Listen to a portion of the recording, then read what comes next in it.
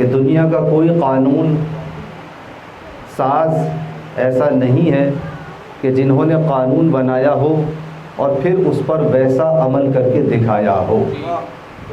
دنیا کے بڑے بڑے قانون دان قانون کی گرفت میں آ گئے، خود اپنے بنائے ہوئے قوانین میں خود ہی اپنے جال میں پھنس گئے۔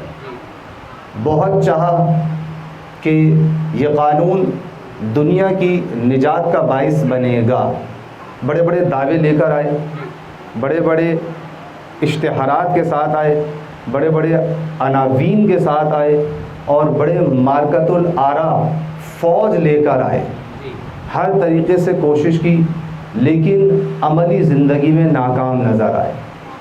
اس کی وجہ یہ ہے کہ جتنے قوانین بنائے گئے ہیں وہ اپنے ذہن کی تخلیق تھی،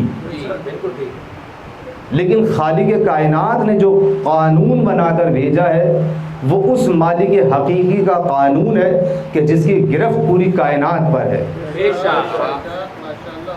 تو لہٰذا جو خالق کا بنایا ہوا ہوگا اور مخلوق کے بنائے ہوئے میں یہی فرق ہے کہ جسے مخلوق بناتی ہے چاہے کمیٹیوں میں بیٹھ کر بنائے، چاہے کمیٹیوں میں بیٹھ کر بنائے، چاہے بند کمروں میں بیٹھ کر بنائے، خود بھی ذلیل و رسوا ہوتا ہے، اور جو اس کے ساتھ ہو جائے وہ بھی ذلیل و رسوا ہوتا ہے۔ اور جسے خدا بنا کے بھیجتا ہے تو سب چھوڑ کے بھاگ جائیں، اکیلا میدان میں کھڑا رہتا ہے۔ توجہ فرمائی آپ نے، یہ دنیا کے بنائے ہوئے میں اور خالق کے بنائے ہوئے میں یہی فرق ہے۔ اور آپ نے تاریخ بشریت میں آج تک جہاں جہاں بھی آپ کی نظر جائے آپ دیکھ لیں کہ جہاں پر بھی ہم نے کسی بھی چیز کو ترقی کی نگاہ سے دیکھنا ہے تو توجہ کیجیے گا، آپ کیسے پرکھتے ہیں کہ یہ شخص ترقی کی طرف گامزن ہے یا نہیں، یہ قانون کامیاب ہوا یا نہیں، یا جس کے پیچھے میں چل رہا ہوں اس کے پیچھے چلے جانا میرے لیے صحیح اور درست ہے یا نہیں، کون سا معیار آپ کے پاس ہوتا ہے؟ کبھی سوچا آپ نے؟ ایک معیار کہ جو انٹرنیشنل معیار ہے اسے کہتے ہیں تنقید۔ توجہ ہے؟ تنقید اگر تنقیص کا لباس نہ پہن لے تو تعمیر کا سبب بنتی ہے، تشکیل کا سبب بنتی ہے، ترقی کا سبب بنتی ہے، لیکن شرط یہ ہے کہ تنقید تنقیص کے لباس میں نہ ہو۔ اگر تنقید تحقیق کے لباس میں ہوگی تو یہی تنقید آپ کی ضمانت بنے گی آپ کی ترقی کی۔ تو آپ ہر ایک کو کس کسوٹی پہ کستے ہیں، کس کسوٹی پہ پرکھتے ہیں؟ تنقید کی کسوٹی پر، کہ اگر یہ ہماری تنقید کی کسوٹی پر پورا اترتا ہے اور ہمیں اس کے اندر نقائص نظر نہیں آتے تو ہم اس کو اپنانے کے لیے تیار ہیں، لیکن جہاں آپ کی تنقید کی کسوٹی پر پورا نہیں اترا،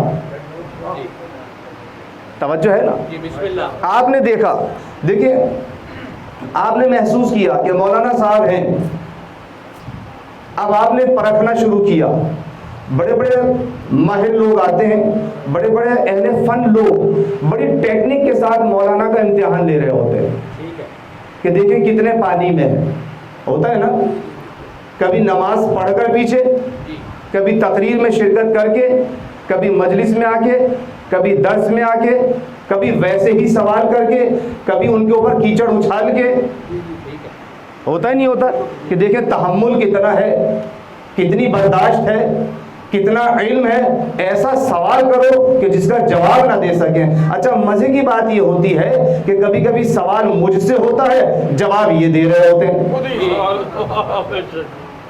مولانا کو بولنے کا موقع ہی نہیں دیا جاتا۔ یعنی آپ دیکھیں 4 آدمی بیٹھے ہوں گے، چاروں مل کے سوال کریں گے اور پھر چاروں ہی آپس میں گٹھ جوڑ کر کے جواب دیں گے، اور بعد میں کیا بات ہو رہی ہے، مثال کے طور پہ ہاشمی صاحب کہیں گے خاور صاحب سے، دیکھا میں نے مولانا صاحب کو بولنے ہی نہیں دیا، میرے سامنے بولنے کی تاب ہی نہ لا سکے، اگر علم ہوتا تو بولتے، ارے میاں آپ تو چاروں آپس میں جھگڑ کے چلے گئے، آپ لوگوں کا چاروں کا آپس میں جھگڑ دینا یہی تو میری کامیابی تھی کہ آئے تھے علم لینے، جہل کے ساتھ واپس چلے گئے۔ یعنی آپ دیکھیں علم حاصل کر کے بھی، یعنی عالم کے پاس سے بھی اگر بے علم چلے جائیں تو بتائیے عالم کی خطا ہے؟ اگر دریا کے پاس سے کوئی پیاسا واپس چلا جائے اور یہ کہے کہ دریا بڑا خوبصورت ہے، دریا میں لہریں بڑی خوبصورت ہیں، مچھلیاں بہت پیاری ہیں، کشتی بہت خوبصورت چلتی ہے، تو بتائیے یہ ساری تعریف کر دینے سے کیا آپ ساحل پہ کھڑے ہو کر کہتے رہے دریا دریا دریا دریا دریا، آپ کو فیض پہنچا؟ نہیں، جب تک کہ آپ اس کا پانی لے کر اپنی پیاس نہیں بجھا لیتے آپ کو فائدہ نہیں پہنچے گا۔ لیکن اگر آپ کھڑے ہو کر کتنا ہی 1000 سال بھی کھڑے ہو کر کہتے رہے کہ کشتی بہت خوبصورت ہے، دریا بہت خوبصورت ہے، تو خدا کی قسم جو کشتی میں سوار ہوگا وہی نجات پائے گا، اور جو کشتی سے دور رہ جائے گا وہ نوح کے بیٹے کی طرح غرق تو ہو سکتا ہے، مقابل احترام نہیں ہو سکتا۔ اے سماج بیٹے محمد و آل محمد۔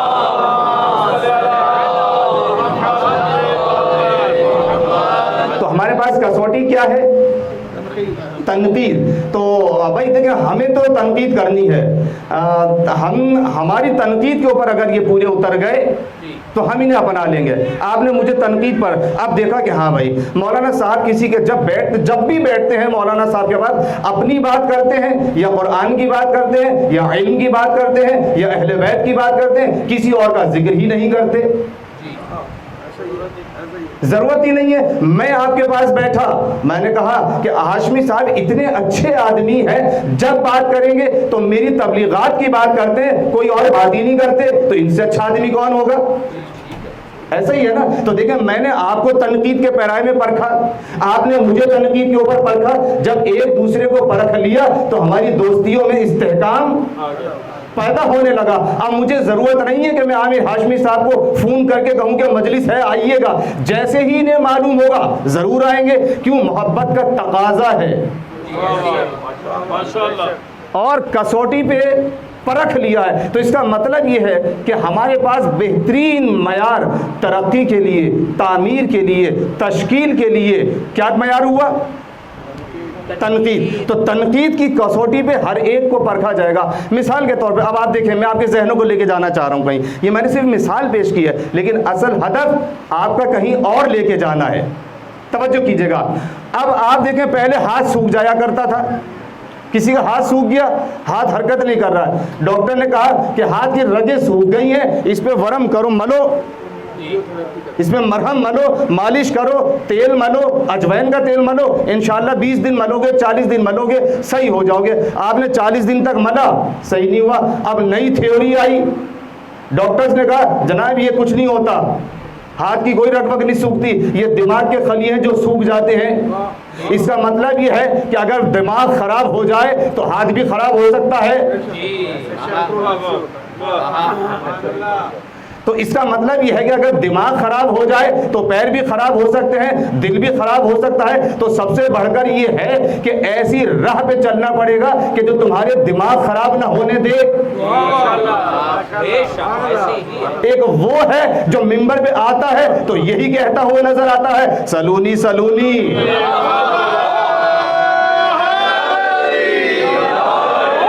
سلونی سلونی قبل ان تفقدونی۔ تو اب جس کی جو مرضی چاہے تو شیطان والے کے پاس چلا جائے، چاہے تو رحمان والے کے پاس آ جائے۔ اب مسئلہ یہ نہیں ہے کہ کون کس کے پاس جاتا ہے، جس کا جیسا مزاج ہوگا ویسا ہی وہاں جائے گا۔ ایک سلوات بھیج دیں محمد و آل محمد۔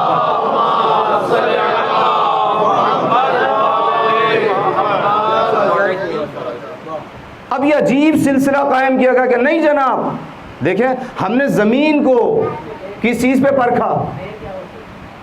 تنقید پر۔ کیا نظریہ تھا؟ کہ زمین مسطح ہے، ایسا ہی ہے نظریہ آیا۔ آپ دیکھیں بطلیموس کا جو نظریہ تھا وہ کیا تھا؟ کہ زمین سیدھی ہے۔ اس کے بعد تنقید کی نظر سے دیکھا، کہ نہیں زمین سیدھی نہیں ہے۔ اس کا مطلب یہ ہے کہ دیکھنا چاہیے کہ کون سیدھا ہے اور کون ٹیڑھا ہے۔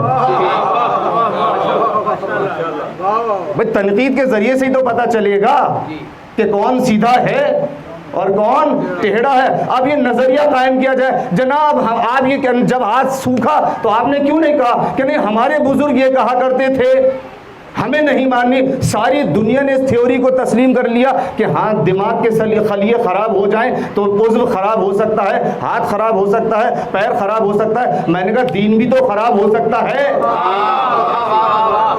جب بدن کی اتنی فکر ہے تو اپنے دین کی بھی فکر کرو. کہیں ایسا نہ ہو کہ کہیں کسی چور کو مور سمجھ بیٹھو. توجہ ہے نا, کہیں ایسا نہ ہو کہ کسی لعین کو امین سمجھ بیٹھو. تو اس کا مطلب یہ ہے کہ ہمیں کسوٹی پر پرکھنا پڑے گا. کس چیز پر؟ تنقید کی کسوٹی پر. کیوں؟ تاکہ کوئی چور مور نہ بن جائے, کوئی لعین امین نہ بن جائے, اور کوئی شر شریف نہ بن جائے.